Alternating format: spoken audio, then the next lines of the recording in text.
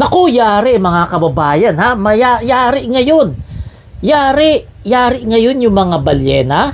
Yari ngayon yung mga pating. Yari ngayon yung mga lumba-lumba. Yari ngayon yung mga malalaking isda. Sa madaling salita, yung mga big fish na mga kurakot malapit nang mabulilyaso. Ha? Yan mismo ha ay galing sa bibig ni Secretary ng DILG John Vic Remulla. Sabi niya mismo, malapit-lapit na talaga manghuli ng balyena. Malapit nang may makulong na big fish na siya namang hinihintay talaga ng mga Pilipino. Kasi tingnan nyo mga kababayan ha, tingnan nyo ha. Etong mga buhaya na to, matagal na tong nagpapasasa sa pera ng gobyerno. Simulat sa pool ng mga naging politika itong mga hayop na to, nagpapasasa na sila sa pera ng gobyerno. At ngayon, si Pangulong Bongbong Marcos ang naging presidente, mabubulilyaso talaga etong mga to. Kasi, porket yung mga naging daang mga presidente, mga mahihina, mga weak leader, kaya sinasamantala nila.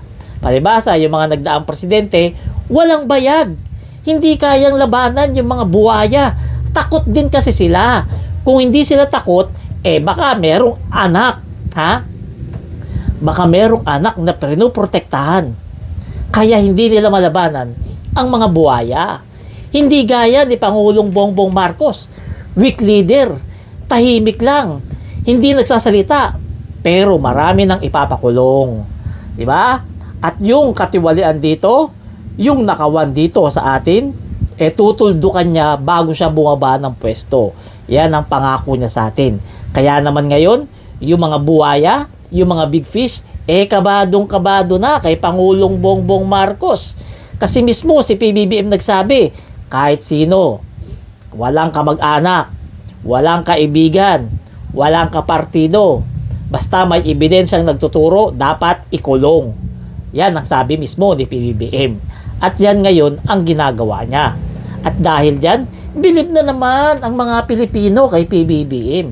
Hindi lang bilib, talagang bilib na bilib, as in hindi kaya ni Digong gawin yung ginagawa ni PBBM ngayon. Si PBBM hindi nagsasalita, pero puro gawa. Si Digong puro salita, ayun, nakulong sa ibang bansa, di ba? Yan ang pinagkaiba. Yan ang pinagkaiba ni PBBM pati ni Digong, ha? Si PBBM gawa, walang salita. Si Digong salita, kaya nakakulong. Oh, di ba? Ito. Sabi ni Boying Remulla, December 15. December 2 na ngayon, 13 days na lang. Ha, 13 days na lang. Hindi na makakatulog ng maayos talaga itong mga big fish na to. Lalo na yung mga senador, ng mga napapangalanan, hindi na nakakatulog ng maayos yan. Sigurado yan. Kada tulog sa gabi niyan, abot langit ang pagdadasal ng mga yan na sana mapatalsik si PBBM, na sana makaupo na si BP Sara, na sana wag magtagumpay yung warrant of arrest sa kanila para hindi sila makulong.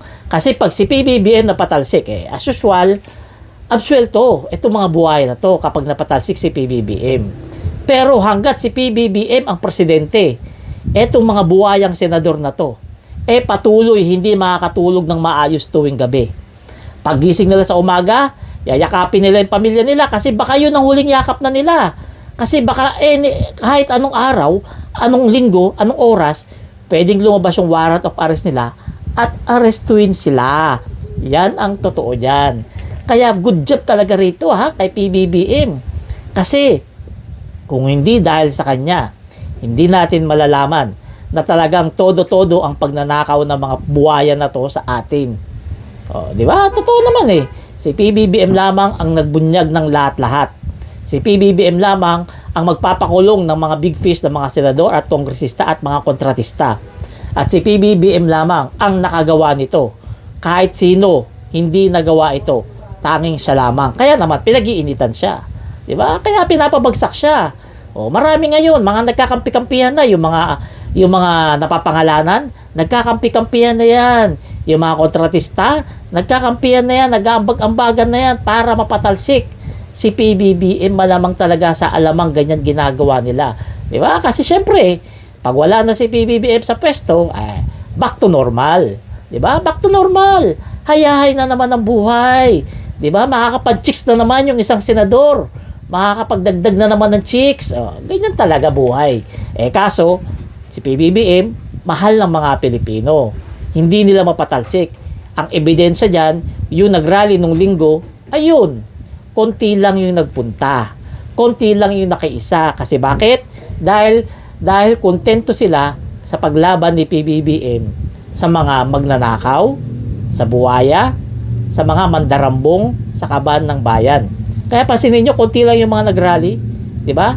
Kasi marami sa Pilipino ngayon, bilib na kay PBBM. Bilib na sa ginagawa niyang paglaban. Kaya konti na lamang yung mga nagrally para sa kanya. Sa mga iglesia naman, marami nagrally, pero alam naman natin, 'di ba?